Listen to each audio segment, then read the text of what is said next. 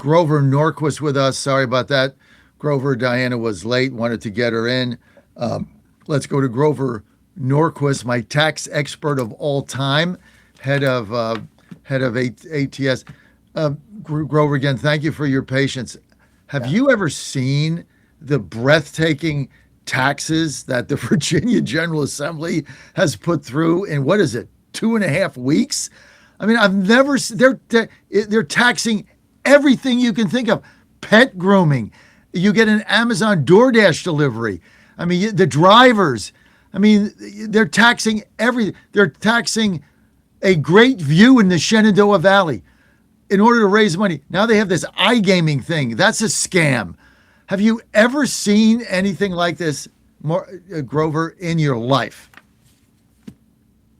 Yes, every time the Democrats win an election, they talk during the election about how reasonable they're going to be. You saw this with the new mayor of New York, who announced, we're going to have all this free money from somewhere, who knows, and I'm going to give you all this free stuff. And people in New York voted for it. To a certain extent, you say, if you're that stupid, this is what happens to you.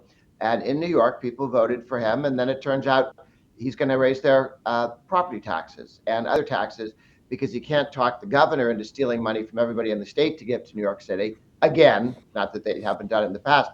And in Virginia, the moderate governor lied her way into office. She's going to be a tax and spender, as we knew. She's owned by the labor unions, and the business community in Virginia was asleep. They're going to lose right to work, which is one of the advantages Virginia has always had. I spent some time with the governor of West Virginia, and they were all giggles over there. They're facing their income tax to zero. And what I was doing with Morrissey, the governor of West Virginia, was a discussion of his plan to cut the income tax for everybody in the state 10% this year, faster, getting to zero faster than they'd originally planned. And they think it's a great idea that the left wing governor of Virginia, who lied her way into office saying she was some kind of a moderate, is going to put Virginia in a terrible disadvantage next to West Virginia. And a lot of they're going to be building all sorts of things in West Virginia that might have been built in Virginia if it had been moving in a different direction. It's unbelievable, the breathtaking. Let's get to New York City. What do you say? He wants another 2% taxes on everybody that earns over $1 million, which they're already taxed high. And then the argument becomes, well, people are just going to start moving out of there. Business will move out. But then, the argument is, hey, they haven't moved out and taxes are high, so they don't think they're going to move. They're just going to pay it. But that defies logic, doesn't it? Well, first of all, the ones who haven't left. That's true. But when you say they won't leave, you're talking future tense. You're forgetting all the people who left over the last 10, 20 years. They're working in Texas than New York, okay?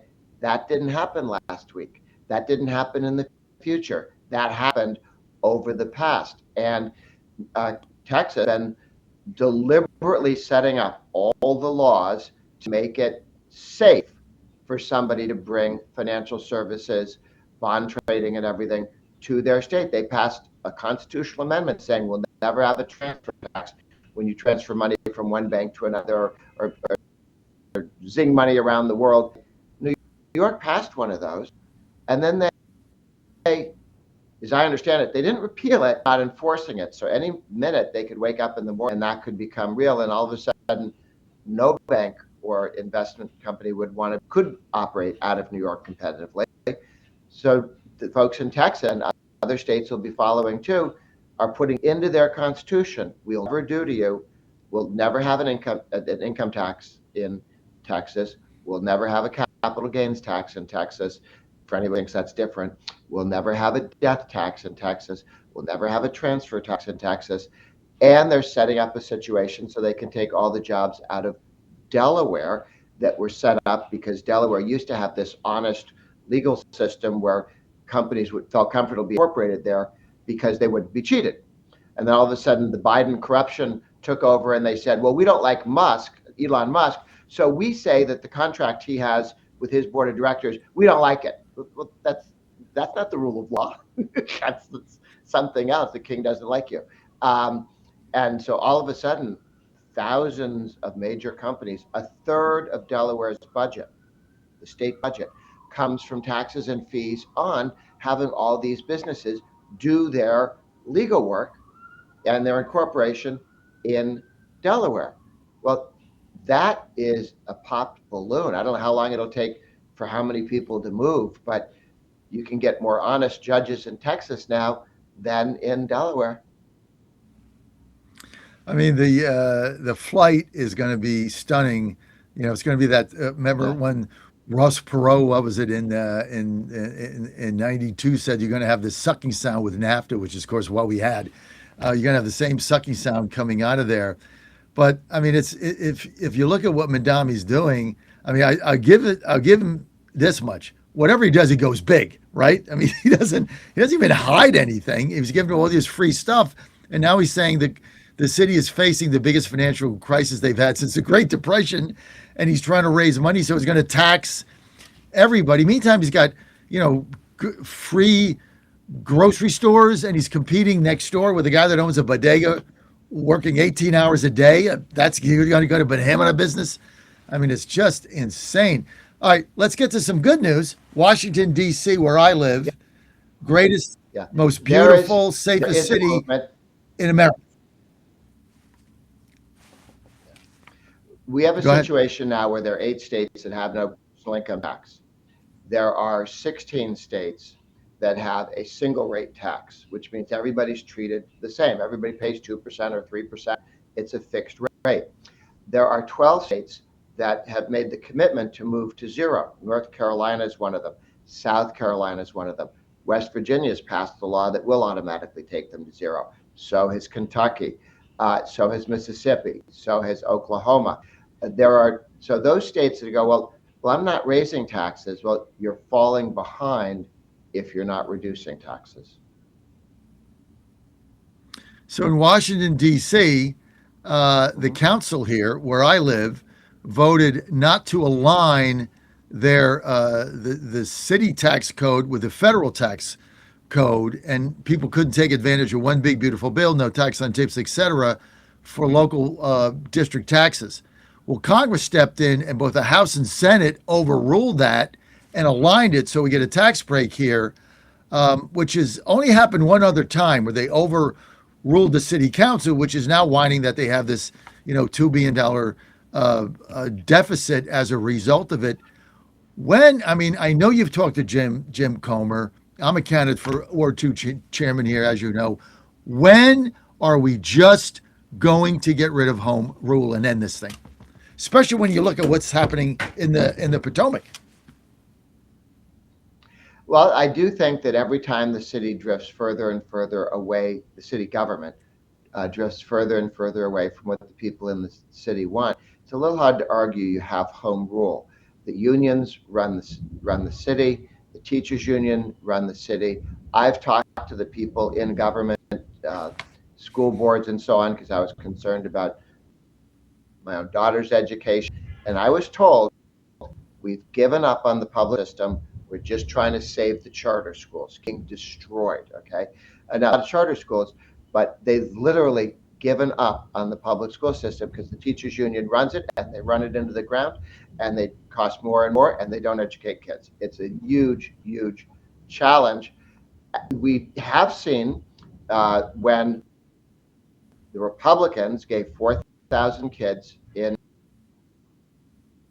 DC a voucher. They wanted to pro school at any, uh, and then Obama got in, which told you everything about Obama's character you needed to know.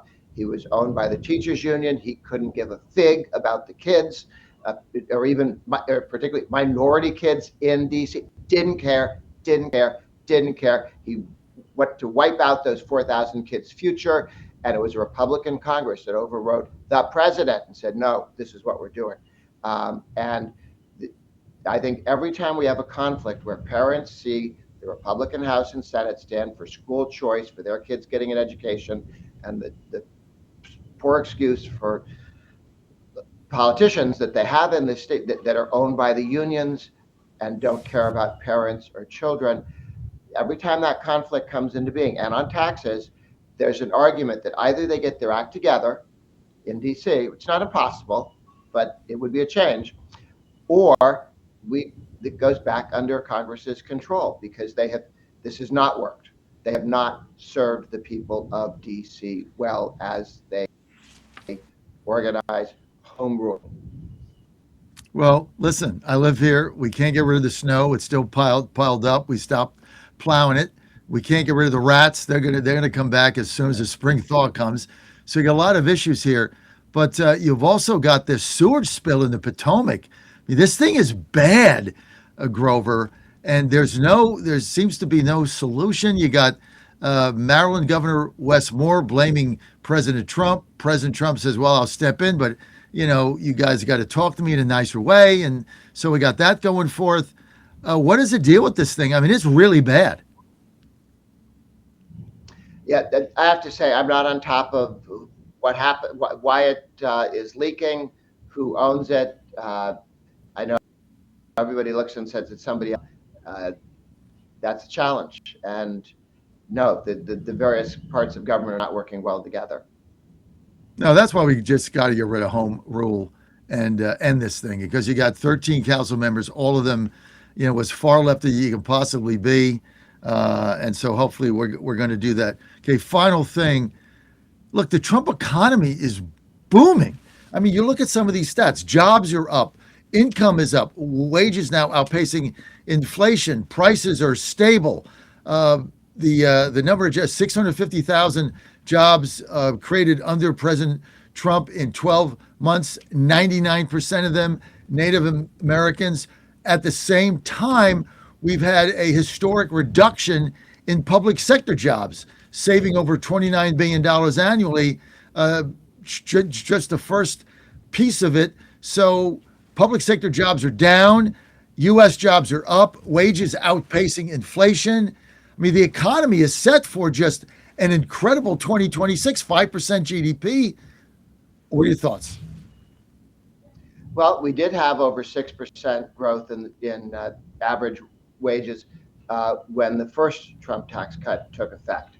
And we should see something similar to that as we are moving towards that when we made that tax cut permanent and deep. It added some things to the original Republican tax cut. The second one that just was passed and was made permanent is a tremendous step in the right direction.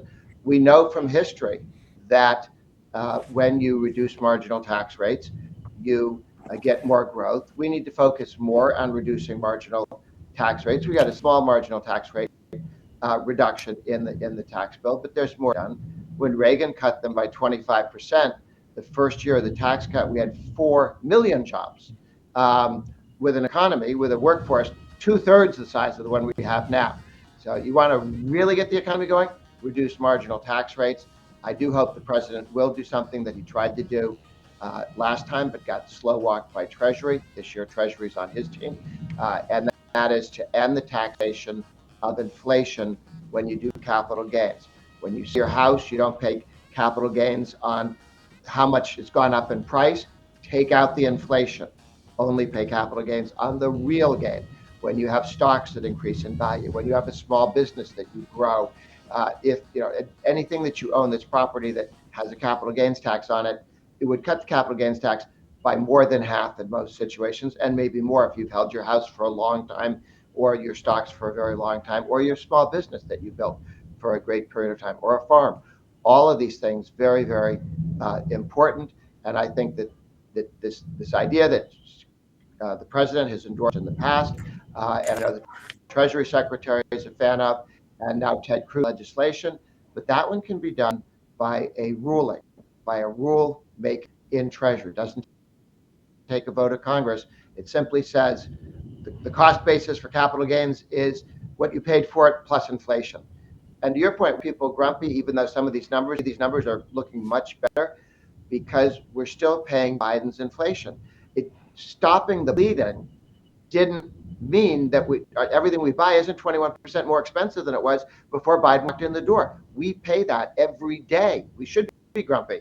Um, the way you make things more affordable is get after tax way increased. Tax cuts are wage increases. A tax cut is a pay increase. And that makes everything more. If you walk into a store after your taxes have been cut, everything in the store is more affordable because you have more money in your pocket. Okay? That's how you make the life more affordable. Tax increases everything. The left-wing governor of Virginia, who evidently fooled enough people and think she was a moderate, fooled the Chamber of Commerce a number of years ago, said that she was a moderate. Shame on Chamber of Commerce for lying to the people of Virginia and the people of the United States about how left-wing this woman, this new governor was. But we now have a situation where all of her increases, all she's doing is making life in Virginia less affordable. The Democrats claim to want to talk about it. Let's talk about affordability. Tax increases, pay cut. Tax increases are a pay cut. Tax increases make everything in your life. Get a tax increase, walk into the grocery store, everything's more expensive because you have less money. You nailed it, as always. Thank you, Grover. You can follow him at Grover Norquist, at Grover Norquist. And of course, he's the president of Americans for Tax Reform. Grover, always good to get your perspective. Right now, you're winning. You're winning everywhere. You mentioned this state's a lot of winning for Grover. Getting tired of Grover's winning yet? You're on the right track. Grover, it's good to see you. You look fabulous. No, By the way, I want to say blue state. Forget about it, dude. I mean, Washington State's raising their taxes. New York's raising their taxes. But we got to figure it out. It's good to see you. Thank you for being with us. At Grover Norquist, Patrick Mara, Chairman, DC GOP, Potomac Spill. Next, live in studio. Keep it right here.